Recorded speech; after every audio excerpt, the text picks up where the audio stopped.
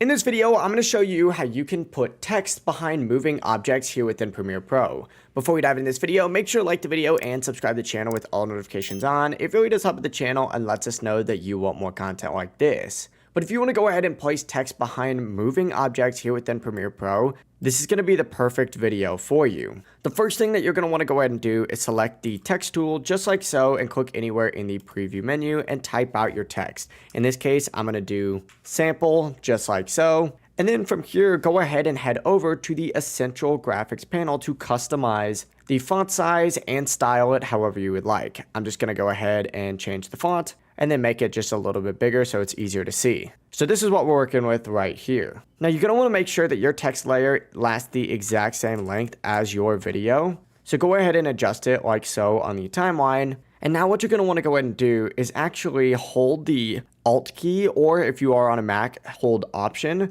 and then click and drag your video layer upward in order to make a duplicate of it. You're going to want to place this new copy above your text layer, just like so. I recommend organizing it like that. Now find the Effects tab down at the bottom and search for Color Key, just like so, and drag it onto the top layer of your video, just like so. That's going to be that duplicate. With this layer selected, now go over to the Effect Controls and scroll down till you find the Color Key option and select the eyedropper tool, just like so, and click on the background color behind your object. Now from here, go ahead and find this color tolerance option right here and the edge thin option, and just go ahead and adjust it briefly until you start seeing your text just like so. And you can clean this up a little bit more with this edge thin right here, as well as this edge feather. Now, if it's bleeding through onto your subject, go ahead and adjust the key color a little bit more, and you'll begin to see it better just like so.